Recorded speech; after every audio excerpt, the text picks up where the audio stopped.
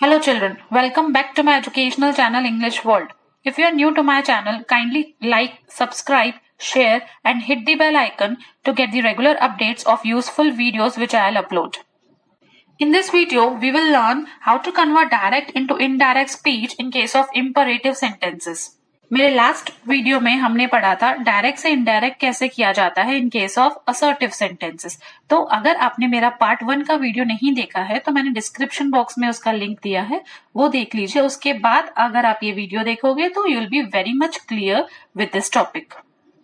So we have already learned in my last video that there are 4 rules to convert direct into indirect speech. First rule is we have to remove inverted comma. Second rule is we have to use that in the place of comma. And third rule is changes in tense. Fourth one is changes in pronoun. So we have to apply these 4 rules in each and every sentences while converting direct into indirect speech. But there may be minor changes while converting direct into indirect for different type of sentences. जैसे अगर आप direct से indirect कर रहे हैं sentence को और वो सेंटेंस इंटरोगेटिव है तो there will be minor change in those 4 rules. वैसे ही अगर इंपरेटिव सेंटेंस है तो कुछ चेंजेस होंगे। तो आज हम इंपरेटिव सेंटेंस पढ़ेंगे। मेरे पार्ट 3 के वीडियो में हम interrogative sentence and exclamatory sentence दोनों करेंगे। क्लियर? तो direct indirect speech for imperative sentences. First we learn what is an imperative sentence. Imperative sentence होता क्या है? इंपरेटिव सेंटेंस एक ऐसा सेंटेंस है जो आपको इंस्ट्रक्शन देता है, आपको एडवाइस देता है, कोई कमांड एक्सप्रेस करता है, कोई ऑर्डर देता है, कोई बात करने के लिए, कोई काम करने के लिए बोलता है या कोई रिक्वेस्ट करता है। An imperative sentence is a type of sentence that gives instruction or advice and expresses a command, an order, a direction or a request. अगर आप imperative sentence देखोगे तो हमेशा action से start होता है, मतलब वर्ब से स्टार्ट होता है। Verb means action, activity. जैसे मैंने यहाँ पे एग्जाम्पल्स दिए हैं इंपरेटिव सेंटेंसेस के। फर्स्ट एग्जाम्पल है शट द फ्रंट डोर। यहाँ पे शट जो है वो वर्ब है, यहाँ पे एक्टिविटी बोला है, कोई काम दिया है करने को, ऑर्डर दिया है कि फ्रंट डोर बंद कीजिए। फाइंड माई लेदर जैकेट, इसमें भी अगर आप देखोगे तो मेन वर्ब से स्टार्ट किया हुआ है फाइंड। तो फाइंड क्या है? मेन वर्ब है, काम है, ढूंढो, ढूंढना एक काम है। तो ये कौन सा सेंटेंस हुआ? Imperative sentence. देखो, clean, complete, consider, wait, get out, make sure, choose, please be quiet. अभी प्लीज बी क्वाइट क्या है? रिक्वेस्ट है। तो जो इंपरेटिव सेंटेंसेस होते हैं उसमें या तो रिक्वेस्ट एक्सप्रेस किया जाता है या ऑर्डर दिया जाता है, ठीक है, कोई डायरेक्शन दिया जाता है या कोई सजेशन दिया जाता है। इसे हम इंपरेटिव सेंटेंस बोलते हैं। अब हमने समझा इंपरेटिव सेंटेंस क्या होते हैं। अगर आपको एग्जाम में इंपरेटिव सेंटेंस, अगर आपको कहीं पे इंपरेटिव सेंटेंस दिखता है डायरेक्ट स्पीच में और आपको उसे इनडायरेक्ट स्पीच में कन्वर्ट करना है तो आप क्या करोगे?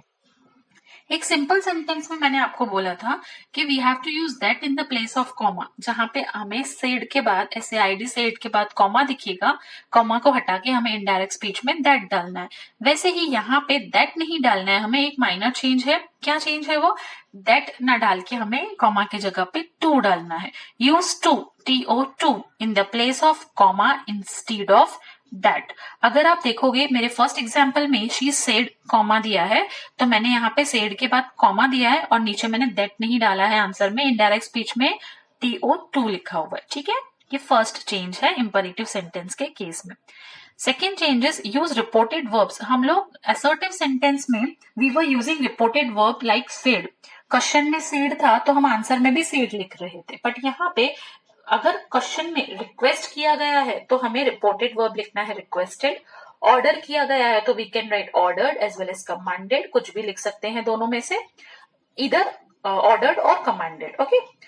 और प्लीडेड, हम कुछ भी लिख सकते हैं, तीनों का मीनिंग सेम है।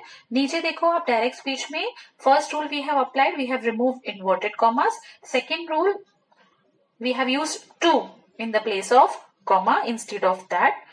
सेड के जगह पे मैंने रिक्वेस्टेड लिखा है, ठीक है। शी रिक्वेस्टेड, प्लीज वापस से नहीं आएगा क्योंकि रिक्वेस्टेड का मतलब ही प्लीज होता है। She requested to be quiet. Clear? Next direct speech, teacher said shut the front door. यहाँ पे टीचर ने ऑर्डर किया है तो सेड के जगह पे क्या आएगा? ऑर्डर्ड। कॉमा के जगह पे आएगा टू। तो answer will be teacher ordered to shut the main door. Clear? So there are only two changes while we change direct into indirect speech in case of imperative sentences. We need to follow only two minor changes. One is we need to use to in the place of comma. Second is we need to change reported verbs. That's it.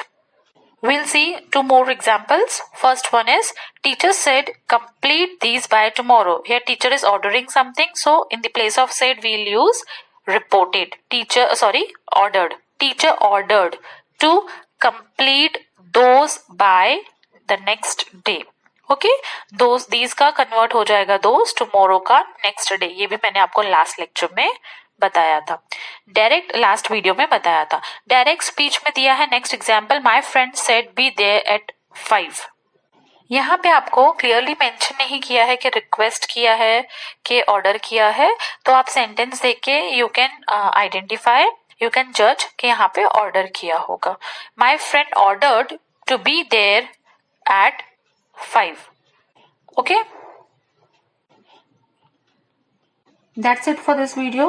In this video, we learned how to convert direct into indirect in case of imperative sentences, how to apply the rules to convert into direct speech in case of imperative sentences. If you like my video, please subscribe it and share it with the people who can take advantage of this video. Kindly do not forget to hit the bell icon to get the regular updates of these kind of useful videos. Thank you so much for watching.